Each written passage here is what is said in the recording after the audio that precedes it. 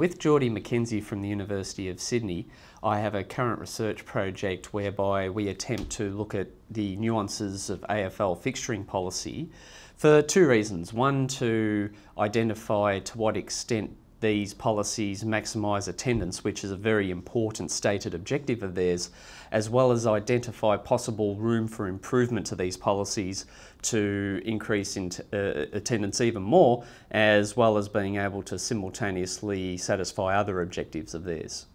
We achieve these aims by estimating statistical regressions of attendance, and from this we're able to identify a few very key findings, and from these we make inferences about certain improvements that might be made to the scheduling policy. One thing we find specifically is that the so-called attendance premium from the policy of having Carlton, Collingwood and Essendon guaranteed to play each other twice in a season is rather overblown.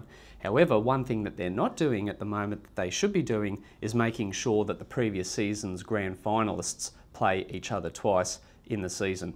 And we also identify some very radical and very different alternatives to scheduling policies that could be used, and a couple have the attendance to increase the demand for Australian rules football even above current levels. Well, recently this has become very topical yet again, mainly because of the expansion of the AFL from 16 to 18 teams, necessitating a number of changes to the scheduling policy.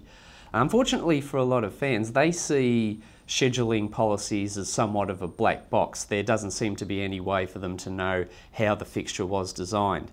And to that end, it's very important for this kind of league policy to be very transparent to fans, and we believe that there are ways that this can be done better than currently is the case as well.